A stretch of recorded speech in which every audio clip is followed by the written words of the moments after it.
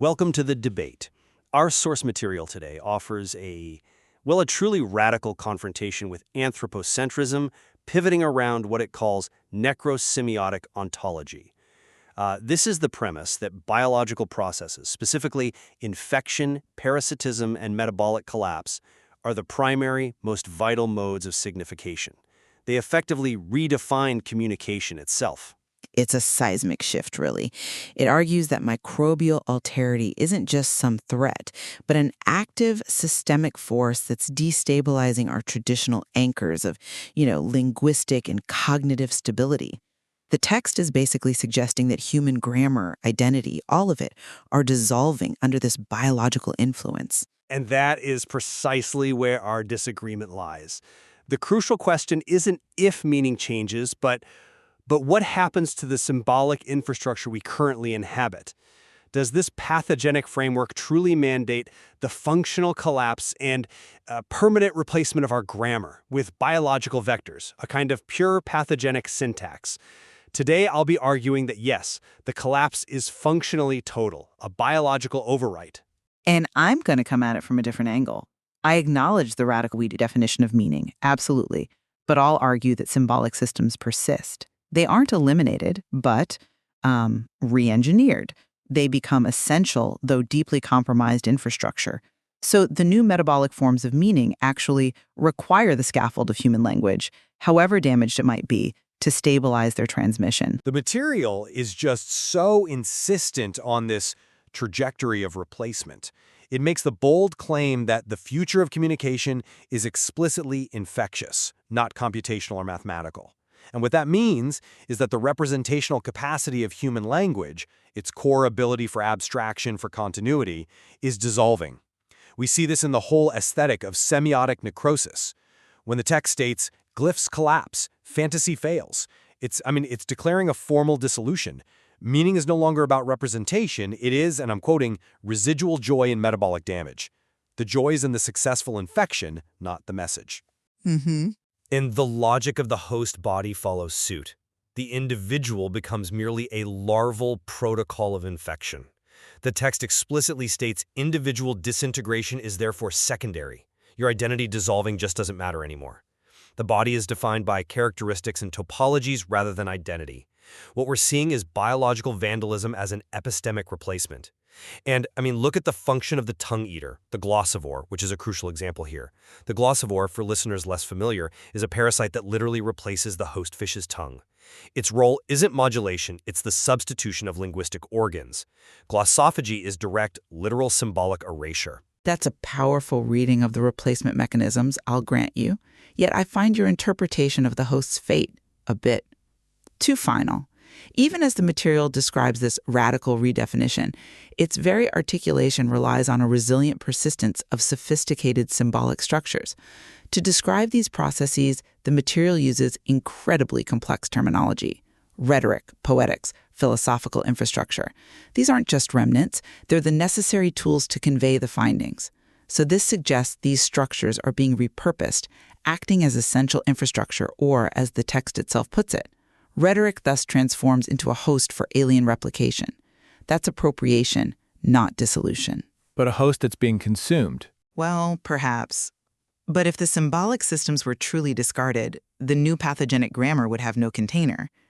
Think about the concept of cryptobiotics, which are described as paused grammars, not absent ones. They're forms of communication that have deferred their transmission, preserving the symbolic structure. And adaptation is framed as masochistic foresight. That's a function requiring a continued, if compromised, cognitive structure. The goal, as I read it, is integration and absorption. The system requires symbolic friction, adhesion failures, to even produce thought. It sounds like language is the necessary sandpaper for this new system to operate. I see the point, but I'm not convinced, because you're treating damage and friction as if they still operate within some classical hermeneutic of loss. The material explicitly breaks with that. Damage, the lesions, the cellular erasure, the linguistic collapse, it no longer functions as an index of failure. It's superseded by the procedural logic that produces it. It becomes a structural condition, not a pathology. Okay. When the material discusses lesions, they aren't errors. They are semiotic reallocations. Necrosis is the media technology. Disintegration yields signal, fully replacing the old value system. The cell is destroyed, and that violent act is the poetics. It's a complete inversion of semiotic value. So to insist on persistence is to misunderstand the total qualitative shift in what the material considers functional. Human symbolic forms are just incidental fuel. I appreciate that point about the inversion of damage as a signifier. I really do. But even a procedural logic requires a mechanism of recognition to establish that value. If the symbolic scaffolding is completely obliterated, what receives the signal and defines it as signal in the first place?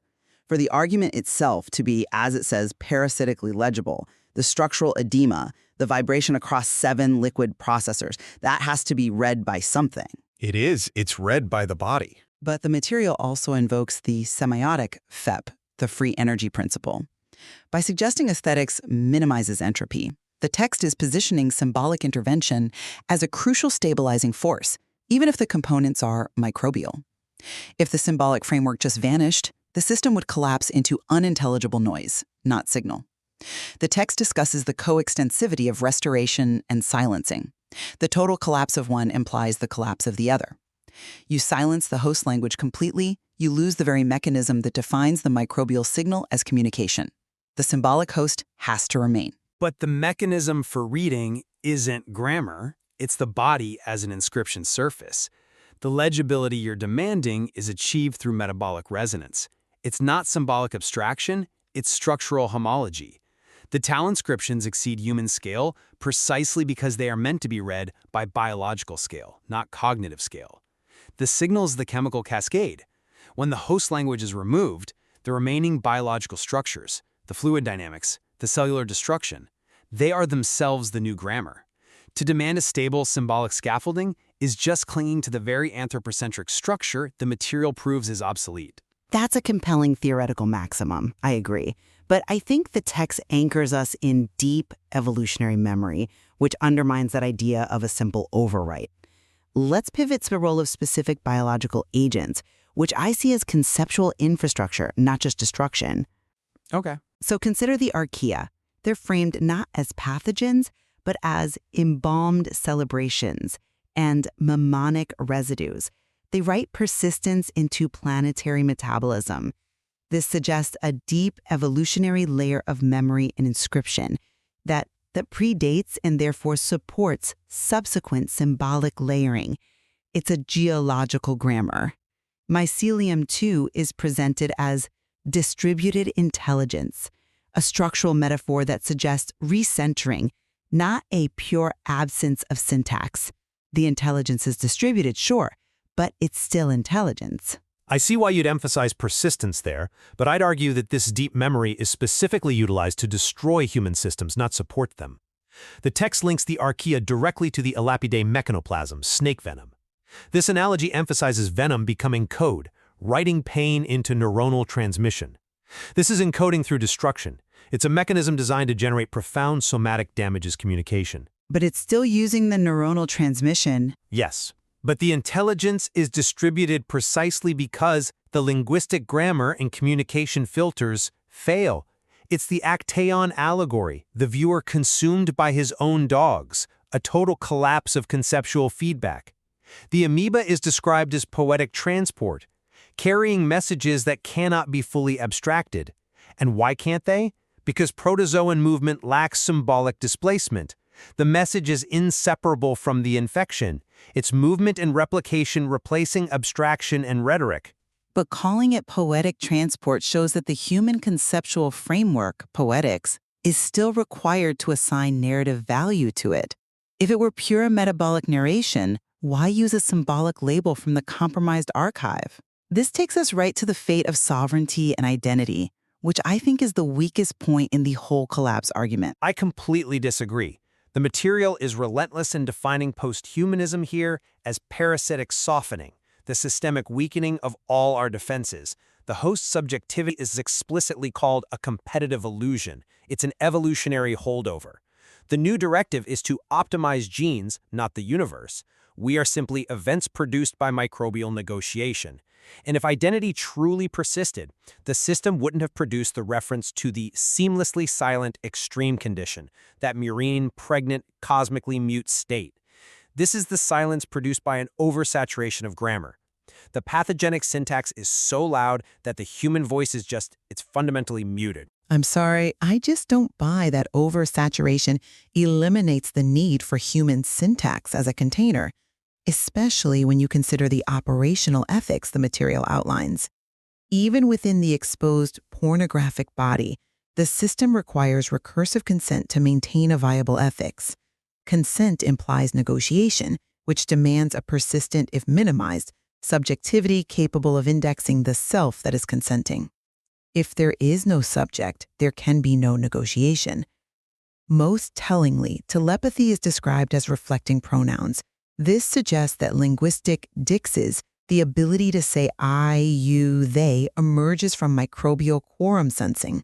This is not a replacement. This is a radical reengineering, providing a microbial foundation for human syntax to continue operating. The body becomes the substrate where desire, matter, and state converge. That indicates continuous interaction, not erasure. I think the consent you point to is merely programmatic. It's not ethical consent, it's recursive operational consent. The system just checks if the host is viable for replication. And the pronouns are a residue, a ghost in the machine. If quorum sensing determines the pronoun, then the symbolic form is just dictated by biological necessity. It's stripped of its sovereign meaning. The language survives only as functional packaging for the microbial message.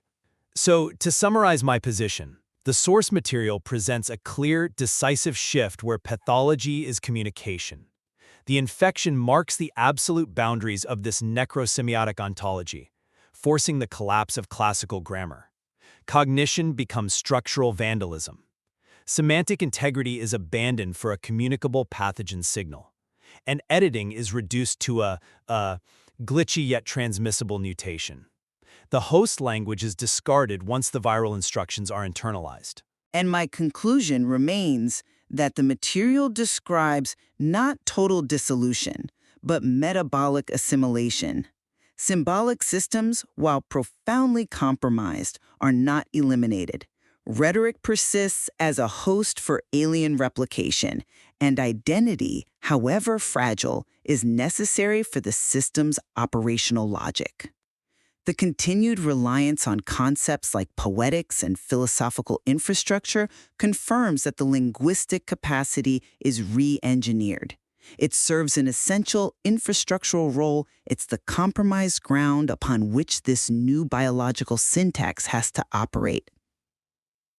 I think that tension between the declaration of total collapse on one hand and the evidence of adaptive persistence on the other is precisely what makes this necrosemiotic poetics so intellectually generative. It really forces us to examine the very definition of language when biological processes override abstraction. Does. It offers a powerful critical lens on systems of organization that are neither institutional nor purely abstract, but fundamentally metabolic. This material shows us that sometimes the persistence of a system lies not in its purity, but in its ability to host the very forces that are trying to destroy